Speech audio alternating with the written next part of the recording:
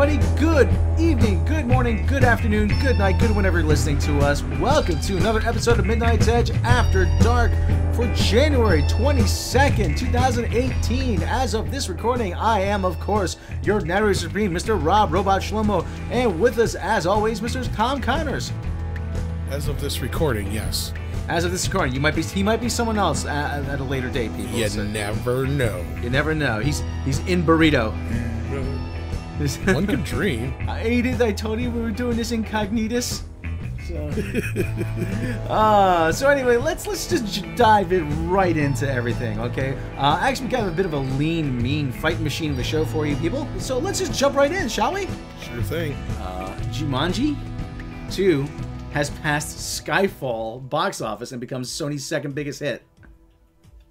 Can you believe this? Movie Web, this is from a man named Ryan Scott. Sony's Jumanji, Welcome to the Jungle, has officially passed Skyfall at the domestic box office. The Jumanji sequel has become an unexpected smash hit and has won the last 3 weekends at the box office, beating out movies like Star Wars, The Last Jedi, dun dun dun dun, and this week's newcomers like 12 Strong and Den of Thieves. Now, with interest in the sequel high and positive word of mouth spreading, Jumanji Welcome to the Jungle has surpassed the highest grossing James Bond movie ever domestically. I think I heard it also passed Thor Ragnarok too this week.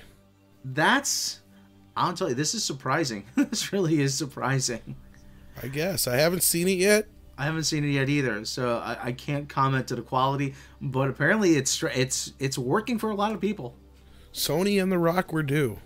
It seems to struck the right chord. I mean, The Rock, Karen Gillan, Jack Black, and Kevin Hart. I mean, I was going to call him Chris. The trailers. I was going to call him Chris Tucker for a second.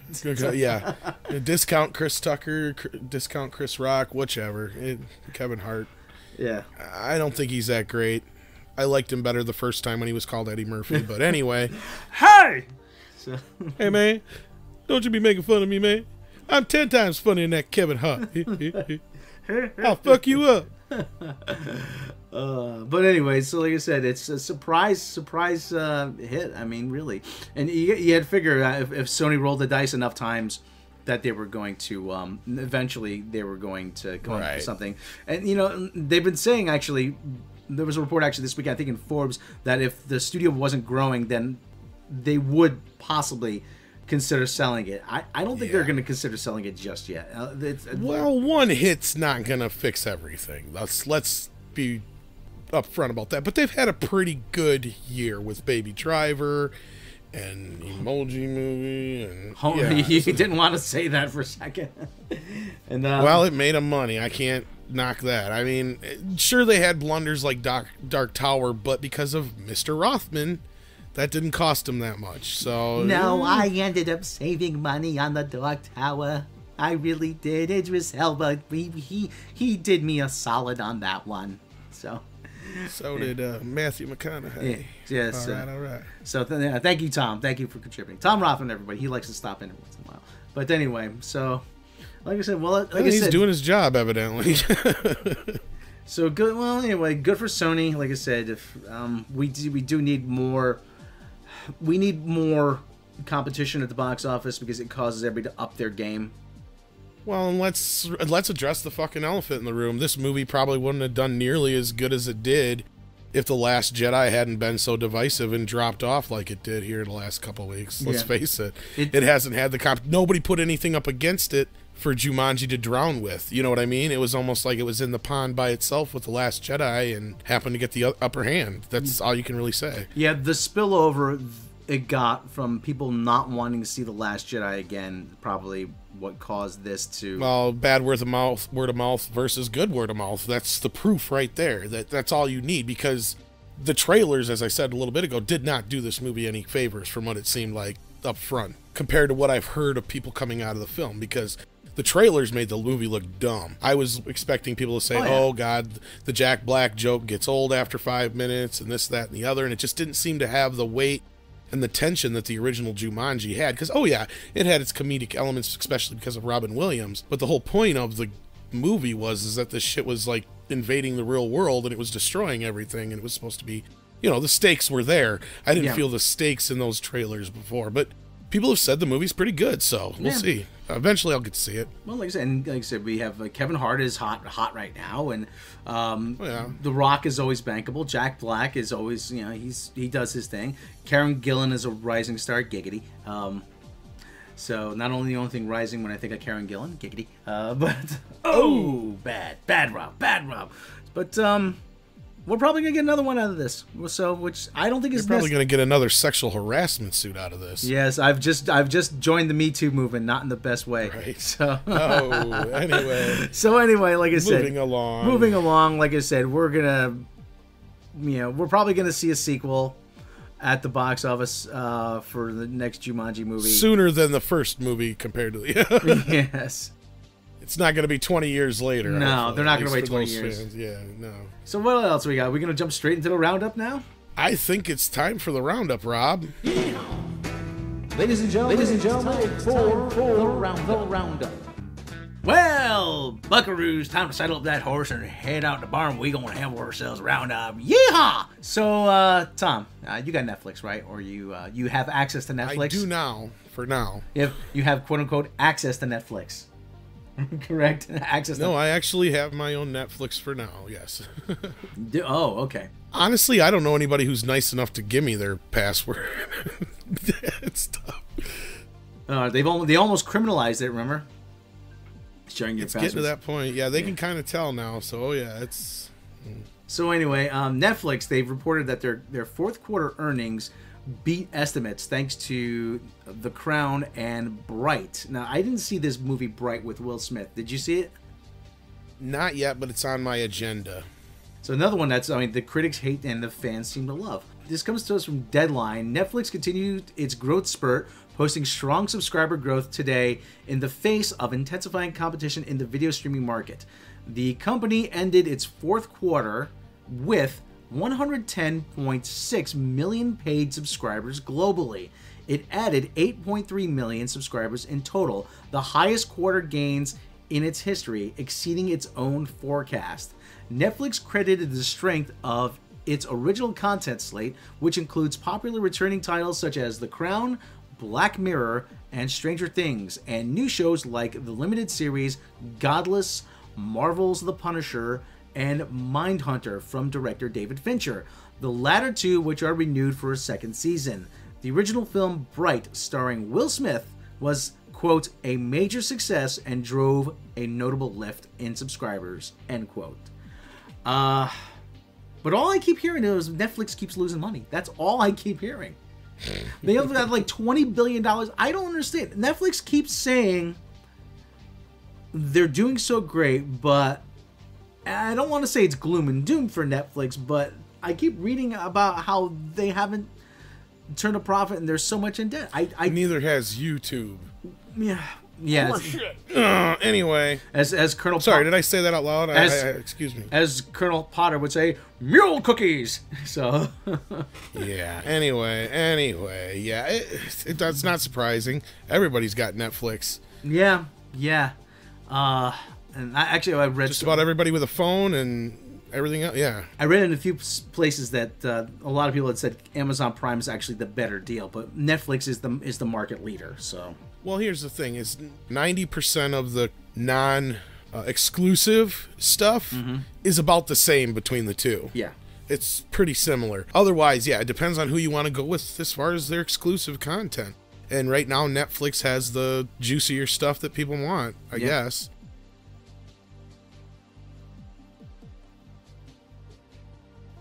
Well, anyway, speaking of juicier stuff, giggity. No. But no. But anyway, actually, this is a juicy story actually. Ryan Reynolds, because everybody's worried about Ryan Reynolds. Is he going to stay on with being Deadpool? Yes. So, anyways, Ryan Reynolds, maximum effort makes 3-year deal for 3-year Fox deal. First up is Clue with Deadpool, Scribes, Reese, and Warnick. Now he signed a 3-year deal with Fox. This comes, I guess, again from Deadline. While questions abound over how 20th Century Fox's feature assets will integrate into Disney, the studio has sent a clue that Deadpool star Ryan Reynolds will be a big part of the mix.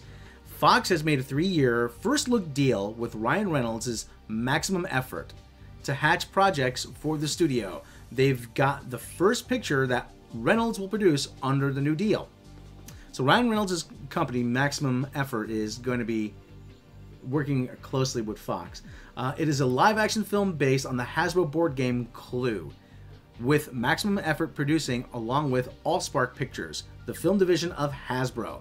Fox is in the process of reteaming Reynolds with Rhett Reese and Paul Wernick, who wrote the first Deadpool film.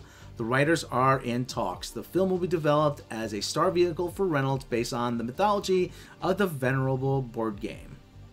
So it's probably not a remake of the Tim Curry film, No, most likely. No.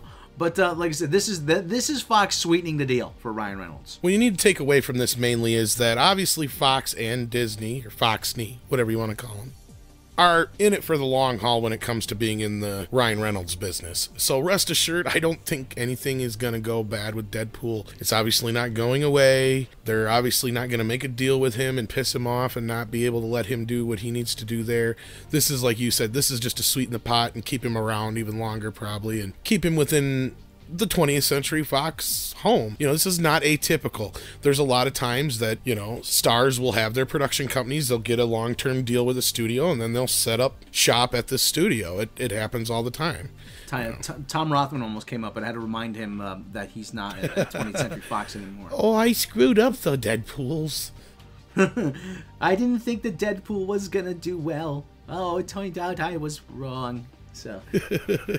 well, anyway, so like I said, they're keeping them. You know, a lot of actors will sign these deals that they have a production. It's a production company in name only a lot of times. But it's basically the companies are investing in that star. They're keeping them, like I said, under their wing, making sure that they're, you know, not venturing out, going here and there and everywhere. And like I said, a lot of these stars, they'll pick one place and they'll go. Yeah. Even producers, and same thing with their directors and stuff like that too sometimes. Yes. Well, anyway, so it's good to see Ryan Reynolds. I like the game Clue. I don't know if I'd go see another movie version. I really hope he does something original with it. Yes, because I don't think people will like it if he's going to try and do a remake. Yeah, that would really piss a lot of people off, I think. They had to revamp the game Clue for younger audiences now, for the quote unquote millennial audience. Colonel Mustard was no longer Colonel Mustard; it was Jack Mustard. I'm not making that up.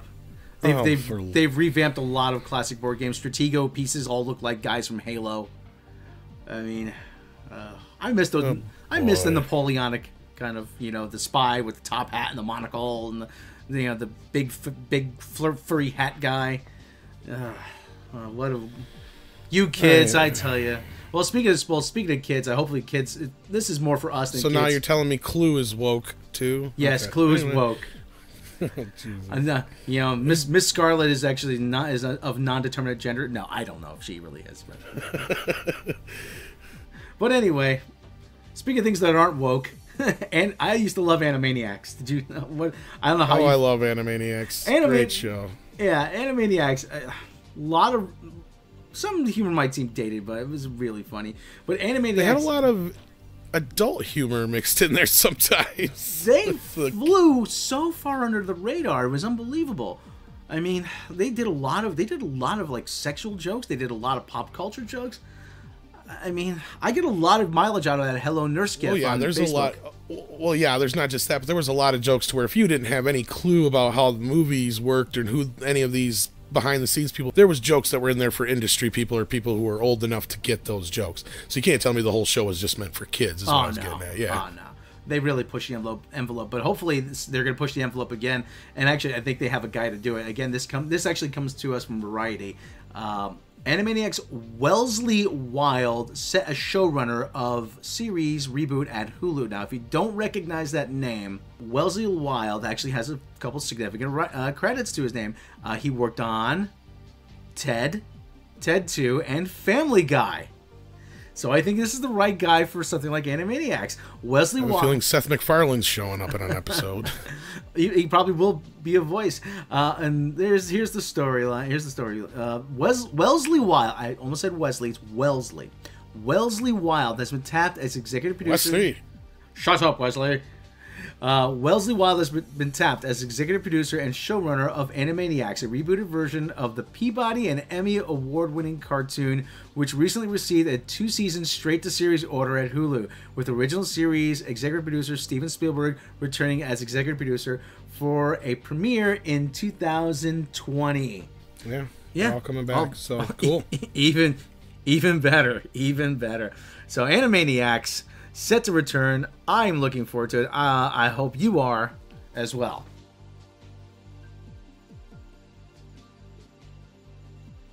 So, unfortunately, a sad note. We've lost a Hollywood icon, the longest living and oldest working actress in Hollywood. Connie Sawyer has passed away at the age of 105. She appeared in Hawaii Five-0, Murder, She Wrote, The Jackie Gleason Show, The Andy Griffith Show, All in the Family, Mary Tyler Moore, Starsky and Hutch, Home Improvement, Will and Grace, Seinfeld, ER, The Office, How I Met Your Mother, and many, many more. Cause of death has not been announced at this time. She was 105. I was going to say, I don't think they should really even have to say that, but... Yeah. So anyway, like I said, a legend in Hollywood. You've probably seen her, even though you didn't know her name. Connie Sawyer has passed away at age 105. But we don't like to end on a down note. Well, let's end on an up note. And to do that, let's commemorate some birthdays, shall we? For January 21st, comedy legend and icon. When you hear the music, you'll know who it is. Benny Hill was born on January 21st, 1924. Sadly, he left us in 1992. Comedy icon and the Benny Hill Girls. I used to love watching those things. Benny Hill, said, comedy legend, died 1992. Born this day, 1924. But also celebrating birthdays. Actress Gina Davis turned 62. Giggity. Jack Nicklaus, legendary golfer, turned 78. Jill, not Nicholson. Nicholas. No, not Nicholson. Jill Eikenberry, you know her work from I believe L.A. Law. She turned 71. For January 22nd, actor John Hurt, the Elephant Man. He played the War Doctor in an episode of Doctor Who. He star of also the Alien. The Alien. He was actually He was also in Indiana Jones and the Kingdom of the Crystal Skull, but we shall not talk of that. I think he just recently passed, too, unfortunately. Yes, sadly, he just recently passed away. He turned 78. Bill Bixby, the Incredible Hulk. Well, more so Bruce Banner, but... Bruce Banner, yeah. David Bruce Banner. Also, The Courtship of Eddie's Father. Yeah, let's talk about that for a second. You know and I know why this is. Why don't you tell those listeners out there who might not understand why, even though he's Bruce Banner, he's David Bruce Banner in the original Incredible Hulk TV show. Because CBS thought and wanted the name changed because they thought the name Bruce was, and I kid you not, and even Stan Lee said this, CBS thought the name Bruce sounded, in their words, too gay. I am not making that up. And Stan Lee said, I am not even going to address that. That is so stupid. So, yeah. So later on, I believe they named his father subsequently David just to play a nod to it. But, yeah. But anyway, Bill Bixby, born on January 22nd, 1934. The lovely Diane Lane turns 53. Linda Blair. Mrs. Kent. Mrs. Kent, yes. And the woman not playing my wife in any movie. So your mother's a in hell. Linda Blair turns 59. The Exorcist. That little girl had a hell of a mouth on her, I tell you what. Oh, cursed like a sailor.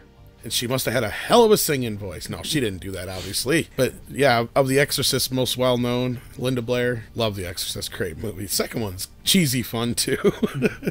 She's in that one as well. Yeah. That's why I bring it up. She was also on Fantasy Island with Donnie Most.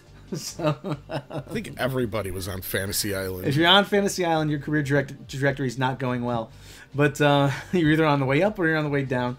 Unless you're Ricardo Montalban. Yeah. But anyway, on January 23rd, Chelsea Sullenberger, you know him from the man who landed the plane in the Hudson River. Tom Hanks played him in the movie. He turned 67. Actor Gil Gerard. Now, if you don't recognize that name, he was Buck Rogers on television. He turned 75. Richard Dean Anderson, MacGyver, turned 68. And Rutger Hauer from from Blade Runner and from The Dark Knight, the man who reminded, and from actually not from The Dark Knight, from Batman Begins, the man who asked us if we didn't get the memo.